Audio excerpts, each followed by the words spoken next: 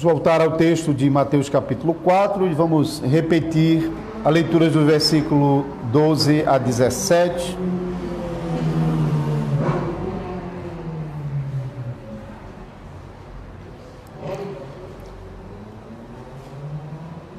Ouvindo, porém, Jesus que João fora preso, retirou-se para a Galiléia. E deixando Nazaré, foi morar em Cafarnaum, situada à beira-mar nos confins de Zebulon e Naftali, para que se cumprisse o que fora dito por intermédio do profeta Isaías: terra de Zebulon, terra de Naftali, caminho do mar, além do Jordão, Galiléia dos gentios. O povo que jazia em trevas viu grande luz, e aos que viviam na região e sombra da morte resplandeceu-lhe a luz. Daí por diante passou Jesus a pregar e a dizer: arrependei-vos, porque está próximo o reino dos céus. Nós vamos usar esse texto especialmente em combinação com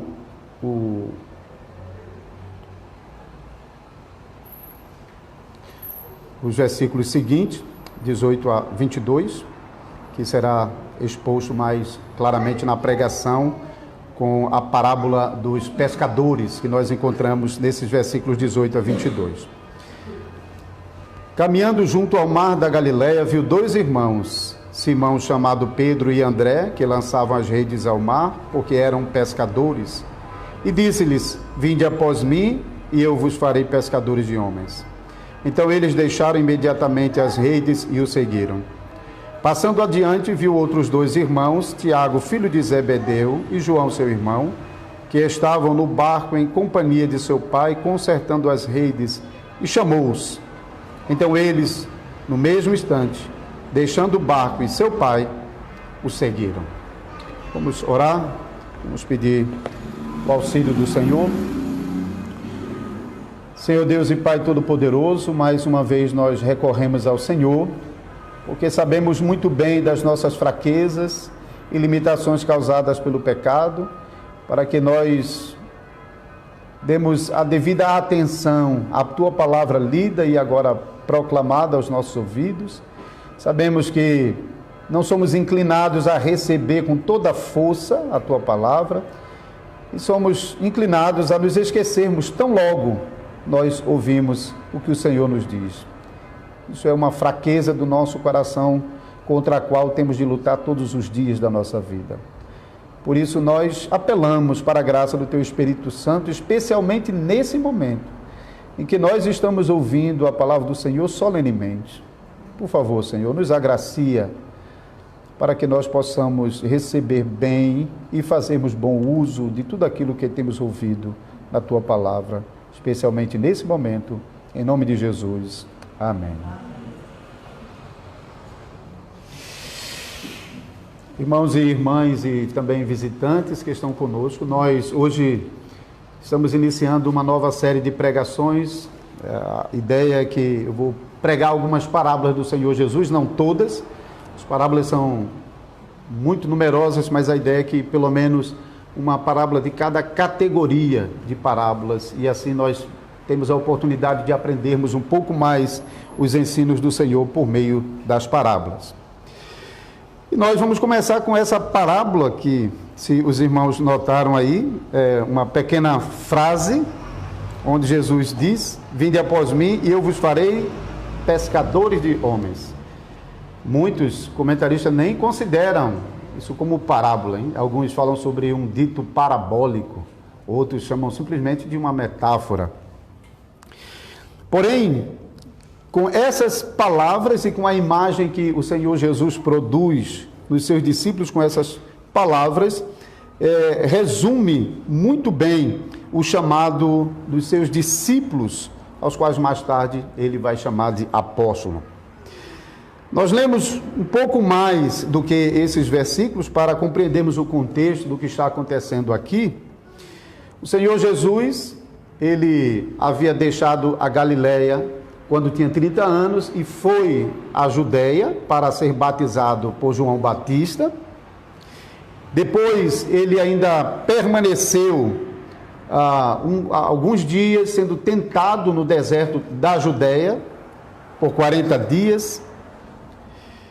E depois, antes de voltar para a Galileia, ele ainda permaneceu em Jerusalém uns dias, inclusive foi ao templo de Jerusalém, aquela ocasião onde ele sai virando as mesas dos cambistas no templo.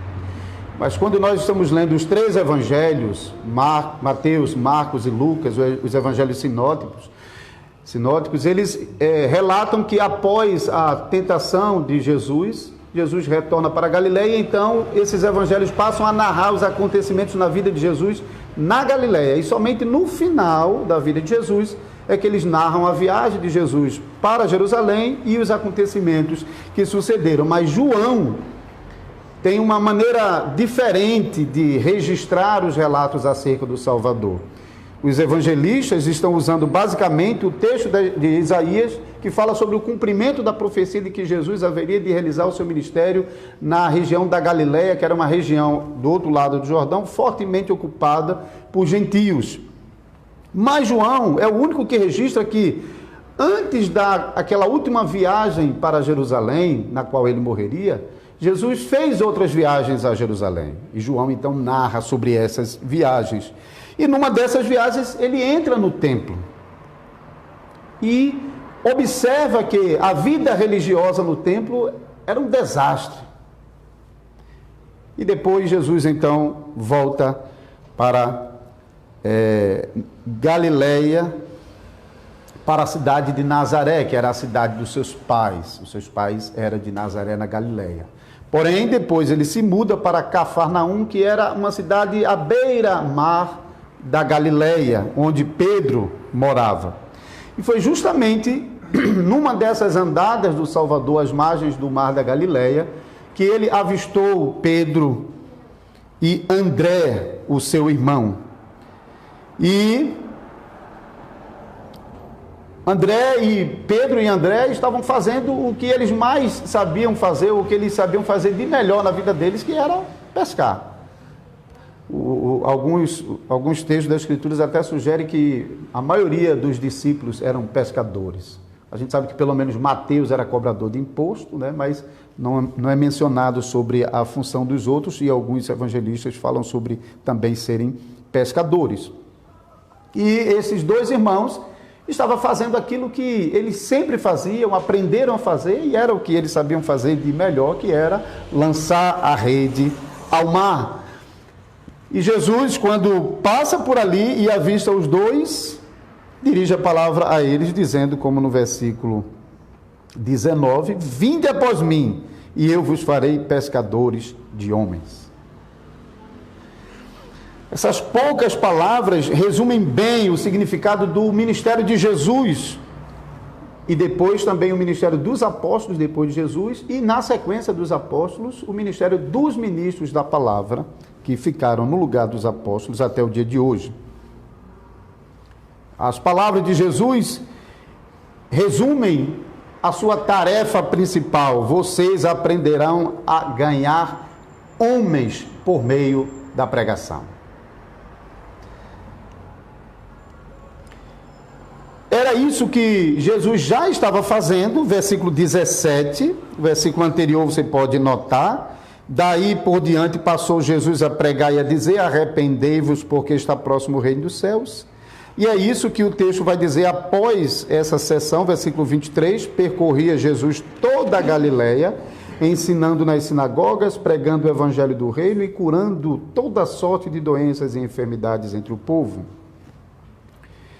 E esse seria também o trabalho dos apóstolos depois do Senhor Jesus. Os apóstolos foram chamados, como Jesus está dizendo aqui, vinde após mim. Então eles deveriam seguir o Salvador nesse ministério de proclamação do Evangelho, com os sinais acompanhando a proclamação do Evangelho, como estava acontecendo com o Salvador Jesus, e assim ganhar muitos homens para Deus.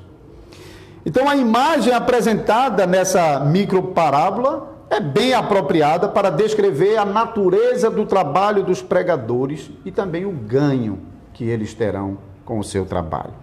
Então a natureza do trabalho dos pregadores é proclamar. A rede é a palavra. E o ganho dele pelo trabalho que realizam são as próprias almas dos homens. Isso é o maior prêmio que um pregador pode receber. A gente tem uma frase belíssima registrada na história de John Knox, que orou ao Senhor dizendo: Senhor, dá-me a Escócia, ou eu morro. Então, de fato, o maior patrimônio do pregador são as almas que ele pastoreia e que ele está ganhando para o Senhor. Assim como para um pescador, o seu lucro é o peixe que ele pesca. Assim, para os pregadores, o seu lucro são as almas. Agora, o que é que foi tão poderoso nessas palavras de Jesus que provocou essa reação tão espontânea, inesperada e chocante até desses homens que estão ouvindo o chamado de Jesus, começando com Pedro e André? O versículo 18, né? Caminhando junto ao mar da Galiléia, viu dois irmãos, Simão chamado Pedro e André, que lançavam redes ao mar porque eram pescadores, e disse-lhes: vinde após mim, e eu farei pescadores de homens. Então eles deixaram imediatamente as redes e os seguiram. Será que foi porque Jesus tocou no ponto fraco deles? Eles eram pescadores, isso era a coisa que eles mais amavam fazer na vida. E quando eles ouviram que agora eles poderiam ser pescadores de homens, será que isso deixou eles realmente tão animados que eles decidiram abandonar tudo para seguir o Senhor? E o texto diz que eles deixaram para trás as suas redes, provavelmente os seus barcos também, hein? Mas dificilmente esse era o motivo que levou realmente esses dois discípulos a abandonar tudo para trás, para seguir a Jesus. Primeiro porque eles nem conheciam Jesus, era um estranho para eles. Jesus estava iniciando a sua jornada naquela região. Jesus nem era dali, era de outra cidade. Segundo, a última coisa que esses pescadores haviam aprendido a fazer e estavam acostumados a fazer era falar para multidões. E mesmo para pequenos grupos de pessoas. Eles não estavam nem um pouquinho acostumados com isso. O negócio deles era realmente pescar peixes. Eles eram a classe dos pescadores, fazia parte das classes dos trabalhadores mais rústicos, cujo lema era: aqui a gente aprende fazendo. Então eles não eram muito de falar, mas de fazer. Quer aprender a pescar? Vem aqui, senta do meu lado e veja como é que joga. Agora vá lá e faça. Isso era assim que eles estavam acostumados.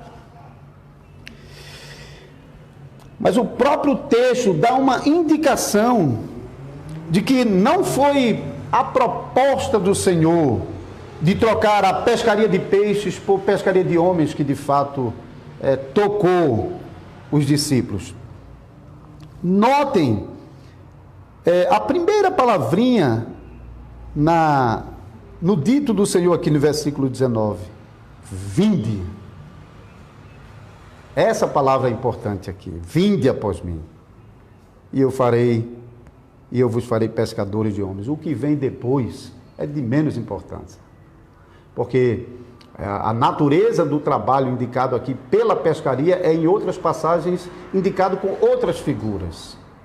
E a gente vai ver na sequência que essas mesmas palavras que Jesus dirigiu para Pedro e André não são pronunciadas para os próximos dois discípulos, que têm a mesma atitude dos primeiros, de abandonar tudo e segui-lo. Nos versículos seguintes nós lemos: passando adiante, viu outros dois irmãos, Tiago, filho de Zebedeu, e João, seu irmão, que estavam no barco em companhia de seu pai, consertando as redes, e chamou-os. Então eles, no mesmo instante, deixando o barco e seu pai, o seguiram. Então, note que, embora esses dois também fossem pescadores, e até a palavra consertando as redes, preparando as redes, pode até significar que eles também estavam jogando, preparando a rede para jogar ao mar, ao invés de consertar. Então, eles, como pescadores, Jesus poderia ter dito as mesmas palavras para ele, mas nem chegou a dizer. Mas Jesus chamou provavelmente, porque aqui o registro é narrativo em terceira pessoa, mas provavelmente Jesus disse: vinde, assim como fez com Pedro e André. E eles, da mesma maneira, prontamente deixaram tudo e seguiram Jesus. Então percebo que a força dessa parábola não está na comparação entre a pescaria de peixes e a pescaria de homens, mas na força do vinde e do chamou-os. De fato, a palavra de Deus é abundante em mostrar que havia um poder na palavra do Senhor Jesus Cristo. Quando Jesus falava, ele não falava como qualquer pessoa. Isso é testemunhado em várias passagens da Escritura. Lembre-se também que no passado, quando Deus chamou Abraão para que Abraão abandonasse a terra da sua parentela e fosse para a terra que o Senhor ia mostrar, o Senhor não falou muita coisa para Abraão, mas disse: sai e vai. Veja realmente como a palavra do Senhor realmente funciona de um modo poderoso. E se nós voltamos, isso é capítulo 12 de Gênesis, o chamado de Abraão, e se nós voltarmos para o capítulo 1 de Gênesis, nós aprendemos nos 7 dias da criação que Deus falou e as coisas vieram a existir. Como o escritor aos Hebreus conclui no capítulo 11, pela palavra de Deus o mundo veio a existir, ou os mundos vieram a existir. Os apóstolos, eles sentiram esse poder da palavra do Senhor, porque mais adiante o apóstolo Pedro, representando os demais apóstolos, ele agiu de um modo muito especial em João capítulo 6, acompanhe a leitura desse texto, versículos 60 a 69. João 6, do 60 ao 69. À vista disso, muitos dos seus discípulos o abandonaram e já não andavam com ele. Isso é depois do texto anterior que fala sobre as atitudes de Jesus que escandalizaram algumas pessoas e que acabaram por abandoná-lo. Então perguntou Jesus aos 12: porventura quereis também vós outros retirar-vos? Respondeu-lhe Simão Pedro: Senhor, para quem iremos? Tu tens a palavra da vida eterna, e nós temos crido e conhecido que tu és o Santo de Deus. Replicou-lhe Jesus: não vos escolhi eu em número de 12, contudo um de vós é o diabo. Referia-se ele a Judas, filho de Simão Iscariotes, porque era quem estava para traí-lo, sendo um dos 12. Jesus conhecia cada um dos seus discípulos e a cada um havia chamado com propósitos específicos, até Judas Iscariotes.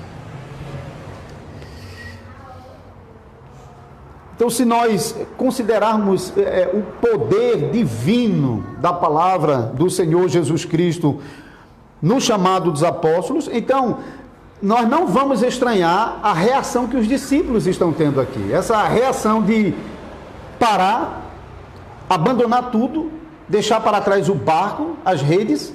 Isso não seria uma coisa muito normal. Até nós hoje, se pregando o evangelho, alguém estivesse trabalhando e de repente abandonasse a oficina com tudo lá para ver, a gente diz: olha, é melhor você fechar o seu estabelecimento aí, cumpra os seus compromissos aí, faça o que tem de fazer primeiro, hein? É uma atitude muito radical.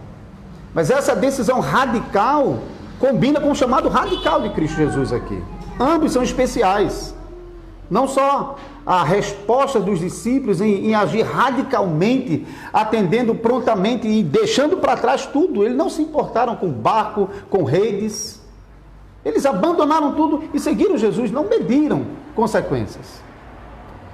Mas essa atitude extraordinária dos apóstolos combina com a extraordinariedade das palavras do Senhor Jesus. Elas foram palavras profundas, poderosas, que mexeram com os apóstolos.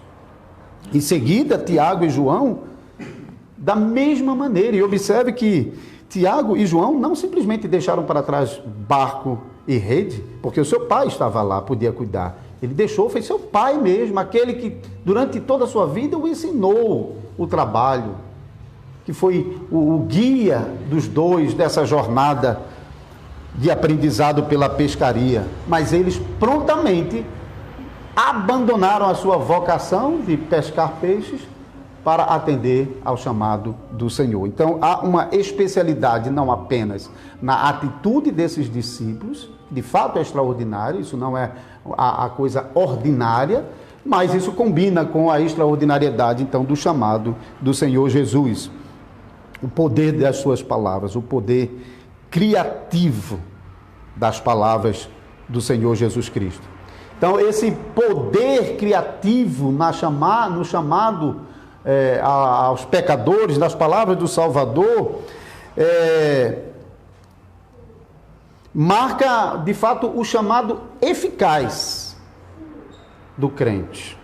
Um chamado eficaz do pecador para a salvação, mas também o chamado dos crentes para as tarefas específicas que nós somos chamados a realizar na igreja do Senhor Jesus Cristo. Pense um pouco sobre o poder das palavras do Senhor quando ele estava diante do túmulo de Lázaro. João 11. Sai para fora. E imediatamente Lázaro reviveu e saiu. Em Marcos capítulo 5, versículo 41, Jesus entrou no quarto onde uma menina jazia morta e disse para ela: Talita, cumi. Menina, levanta. E as palavras do Senhor foram palavras de vida, as mesmas palavras que no princípio do mundo trouxeram à existência todas as coisas. É a mesma palavra poderosa que opera eficazmente nesse mundo, na salvação de pecadores e também no chamado a tarefas específicas. Então devemos sair desse texto, dessa parábola de Jesus aos seus discípulos, com esse entendimento de que a palavra do Senhor é eficaz, é poderosa para tornar eficaz o chamado de todo pecador a Cristo e de todo crente a tarefa que ele designa. Com isso em mente, então, vamos concluir pensando sobre a nossa situação hoje. Será que é da mesma maneira? Será que nós esperamos que isso vai acontecer cada vez de novo, que pessoas vão abandonar tudo para seguir ao Senhor, vão deixar seus trabalhos, suas vocações? Em certo sentido, sim, isso acontece, mas em outro sentido, não é assim que acontece. Quando nós somos chamados por Cristo, de fato, não tem como resistir, não. Nenhum pecador resiste. Quando Cristo chama um pecador, ele não tem outra resposta, senão prontamente segui-lo. De fato, quando nós somos chamados pelo Senhor, nós abrimos mão de muita coisa na vida da gente. E vocês, cada um pode olhar para a sua própria vida e testificar disso. Aqueles que tiveram a experiência cristã, especialmente durante a sua vida, que já não nasceram em um lar cristão, onde as coisas são mais regulares, eles podem realmente olhar para a sua própria vida e reconhecer que eles tiveram de aprender a abrir mão de muitas coisas. Mas mesmo aqueles que nasceram em um lar cristão e receberam influências fora e tiveram de comparar e dizer, bom, isso é o que eles vivem, o que eles querem, mas eu não posso. Eu não sou chamado a viver dessa maneira e a lançar mão dessas coisas, e ainda tem de abrir mão de muita coisa para seguir a Cristo. Então, tanto os que estão sendo salvos provam essa atitude de abrir mão de qualquer coisa para seguir a Cristo, como também aqueles que estão sendo chamados para os ofícios especiais na igreja também são confrontados com essa decisão. Eles têm de abrir mão de alguma coisa na sua vida. Oficiais na igreja de Cristo não são chamados a fazer número e a ajudar a enfeitar a foto aqui atrás do púlpito. Eles são chamados a trabalhar no meio do rebanho. Isso significa que muitas vezes oficiais da igreja estão visitando a casa dos membros enquanto nós chegamos do nosso trabalho, cansados também do trabalho, mas podemos nos jogar lá no chão da sala ou no sofá, se esparramar e assistir a nossa TV. Enquanto isso, os oficiais de Cristo estão visitando as casas para pastorear o rebanho do Senhor Jesus. Isso tem um custo. Para atender ao chamado do Senhor, tem de estar pronto para negar-se a si mesmo. Se não, como oficiais de Cristo, se não estivermos de fato dispostos a largarmos tudo em nossa vida, tudo que a gente tem para seguir a Cristo, não somos chamados. O chamado aponta para uma prontidão em abandonar tudo para seguir a Cristo. Do outro lado também, se Cristo não chamar, não adianta. Tudo depende de um chamado eficaz. E esse chamado eficaz hoje em dia não se manifesta daquele modo extraordinário como nós estamos lendo nas passagens do Novo Testamento e também do Antigo Testamento, como aconteceu com Pedro e André, com Tiago e João nessa passagem. E a razão para isso é que Cristo não está mais entre nós. Cristo está no céu. E sua presença agora entre nós não é percebida da mesma maneira que aqueles discípulos perceberam ali. A sua presença agora é percebida pela obra do Espírito Santo e a sua voz não é percebida como aqueles apóstolos do Senhor perceberam. Mas a palavra do Senhor hoje é percebida pela palavra de Deus, que é aplicada no nosso coração pelo Espírito Santo. Então, a natureza do modo como nós aprendemos o Senhor e ouvimos a sua voz é diferente. E antes que alguém pense que no Antigo Testamento, no Novo Testamento era extraordinário e agora não é mais, é bom observar que já na época do Senhor Jesus Cristo, não era em todas as situações que os acontecimentos eram extraordinários. Pensem sobre as multidões que seguiam Jesus. As multidões ficavam perplexas, atônitas com as palavras de Jesus, porque Jesus ensinava como quem tinha autoridade. Mateus capítulo 7, versículo 28 e 29. Muitas dessas pessoas nem contato tiveram com Jesus, eram multidões de milhares. Muitas delas não tiveram contatos e a maioria delas não foram chamadas pelo seu nome, exceto os 12, que serão nomeados um pouco mais adiante no capítulo 10.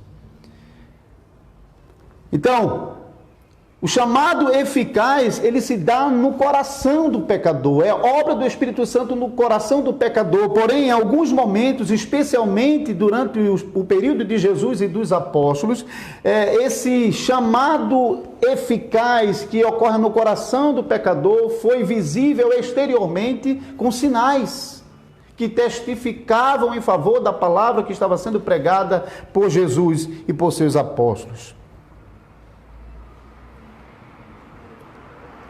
Nós também, no Novo Testamento ainda, podemos perceber que o modo ordinário de chamado também acontecia. Embora aqui estamos vendo um modo extraordinário, Jesus dirigindo diretamente, ele dizendo, vem. Mas quando nós chegamos em Atos 6, os apóstolos, quando precisaram nomear homens para realizar o trabalho do auxílio às mesas, o que eles fizeram? Eles disseram para a congregação, escolham 6 homens cheios do Espírito Santo e de poder e de boa reputação, os quais nós coloquemos nesse importante trabalho. A multidão trouxe esses nomes e apresentou aos apóstolos. Então, observe que há um modo ordinário que já estava funcionando na era do Novo Testamento, na igreja de Cristo Jesus, e não somente em modos extraordinários. Paulo foi chamado extraordinariamente, mas os diáconos, por exemplo, e os discípulos, os presbíteros posteriormente, são chamados de um modo ordinário. Então, essas duas modalidades do chamado já estavam acontecendo no Novo Testamento. Não é que no Novo Testamento era extraordinário e agora não é mais. A extraordinariedade é que cessa, como há de se esperar, já que é extraordinário. Então nós podemos perceber que aquele modo especial e direto, como Deus chamava pecadores à salvação, e também como ele chamava homens aos ofícios, convivia com o modo ordinário como o Senhor fazia essas coisas. E esse modo ordinário é o que permanece nas igrejas até o dia de hoje. Ainda sobre o chamado eficaz, que é nós como reformados, é uma frase, uma expressão que nós conhecemos bem, porque nós usamos essa expressão chamado eficaz para explicar que ninguém pode resistir quando Deus chama. Isso pode ser percebido também aqui no texto. Observe no versículo 21 que Tiago e João não estavam sós. Eles estavam na companhia do Pai. Zebedeu estava lá. Ele também ouviu a voz de Jesus, mas o chamado não foi para ele. O chamado foi bem específico. Tiago e João. Esse fenômeno acontece cada vez que a palavra de Deus está sendo pregada. Porque quando a palavra de Deus está sendo pregada, todo mundo está ouvindo. Todos os pecadores ouvem. Mas nem todos reagem da mesma maneira. E só atendem ao chamado aqueles que foram chamados diretamente pelo Senhor, internamente no coração, pela obra eficaz do Espírito Santo. Isso ainda é verdade para nós hoje. Todos estão ouvindo a mesma mensagem, mas nem todos estão sendo chamados por ela. Porém, uma coisa é certa: aqueles que estão sendo chamados por Deus, estes serão eficazmente chamados. Não é de se esperar que eles resistam a esse chamado do Senhor. Ainda sobre quem Deus chama para as tarefas especiais. Nós lemos o contexto maior para ajudar os irmãos a compreenderem isso, porque Jesus começa o seu ministério lá na Judéia. Então Jesus sobe para Jerusalém, vai ao Jordão, é batizado por João Batista, depois vai ao deserto, é tentado por 40 dias, depois, segundo o relato de João, ele vai a Galileia, mas volta para Jerusalém e vai ao templo, e lá no templo ele está observando como os líderes de Israel estavam desempenhando o seu papel como pastor dos rebanhos do Senhor. E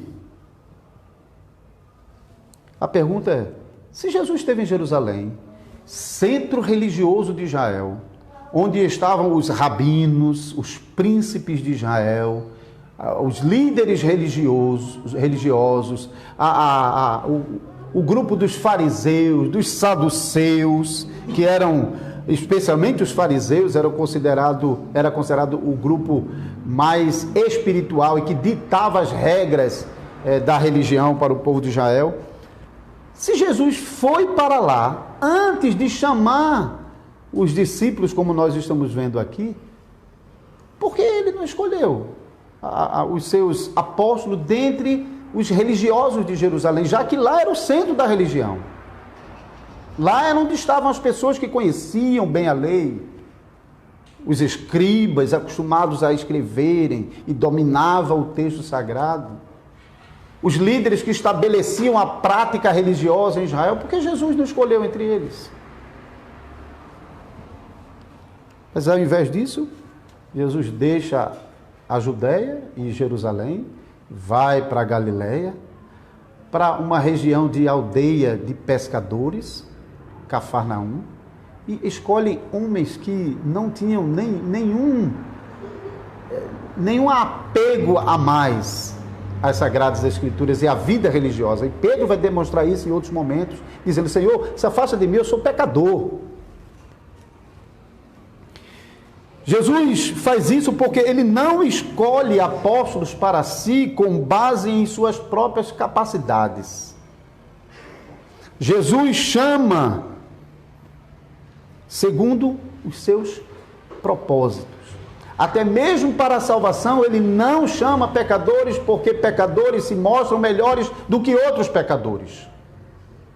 Mas ele chama pecadores com base no seu propósito. Da mesma maneira, para a realização das tarefas especiais, Jesus chama homens e até mesmo mulheres para as devidas atribuições, segundo a sua vontade e o seu propósito.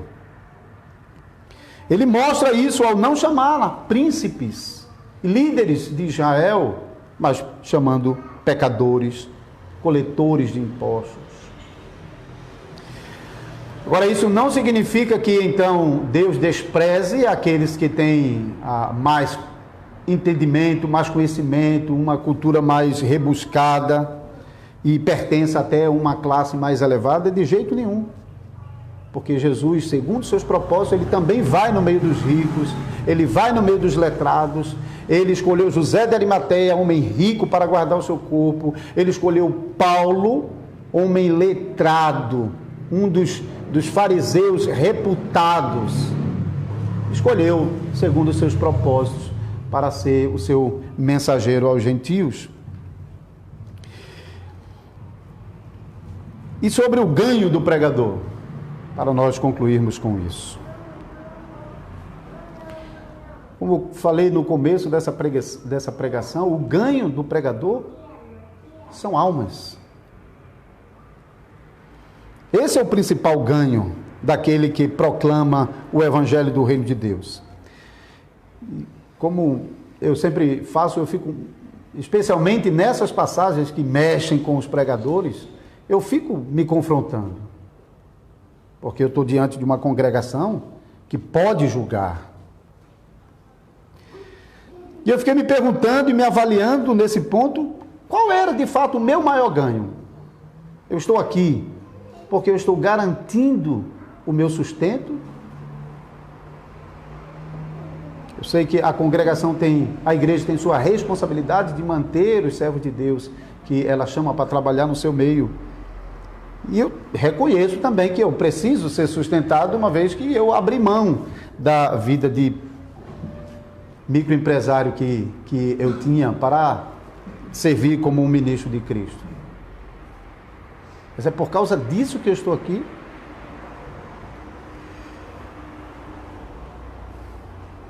Esse julgamento, irmãos, não deve ser só do ministro, mas a congregação mesma deve observar essas coisas.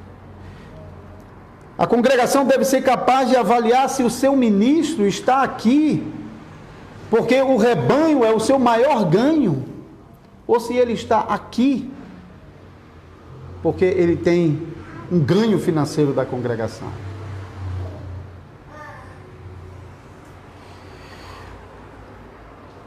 A igreja deve estar pronta para fazer esse julgamento sempre, de um modo apropriado, respeitoso, temente a Deus, mas deve fazer. Para que nunca seja o caso de que nós tenhamos em nosso meio um homem que ame mais o dinheiro do que o rebanho do Senhor Jesus Cristo.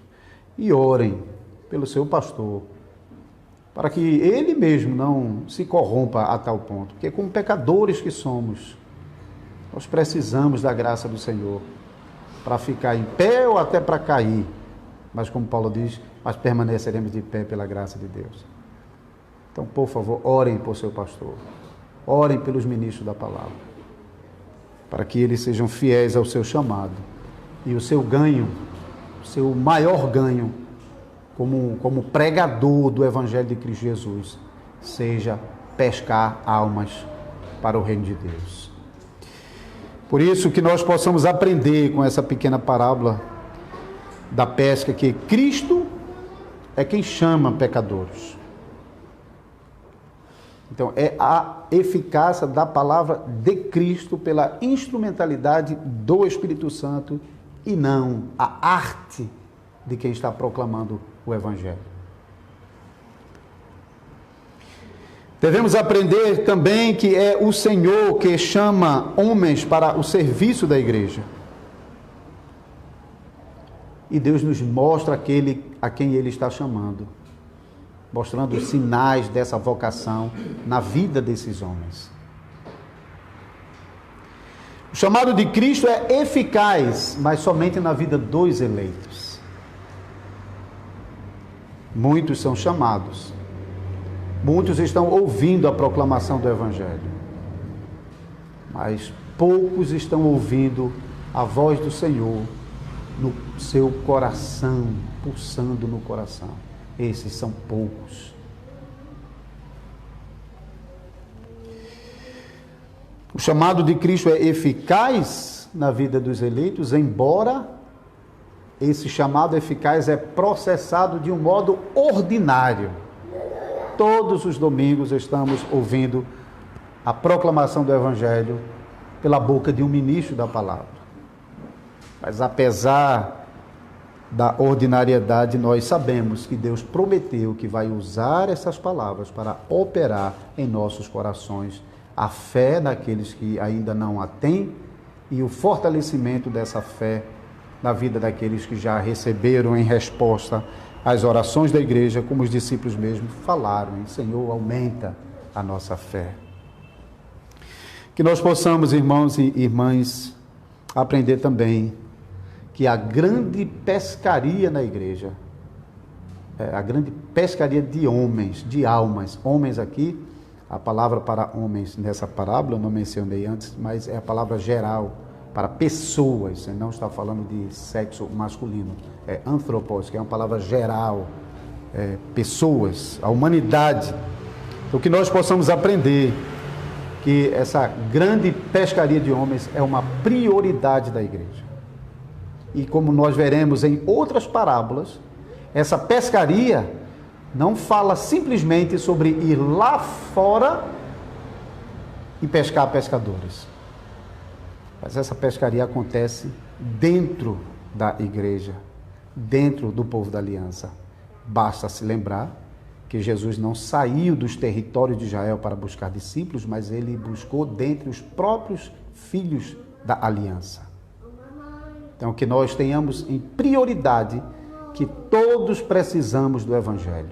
Não apenas os pecadores que estão fora da igreja, mas nós não estamos aqui por nós mesmos, mas por causa de Cristo e do Evangelho de Cristo. E se nós permanecemos, é por causa de Cristo e do seu Evangelho. Por isso deve ser prioridade em qualquer igreja do Senhor Jesus Cristo. Amém.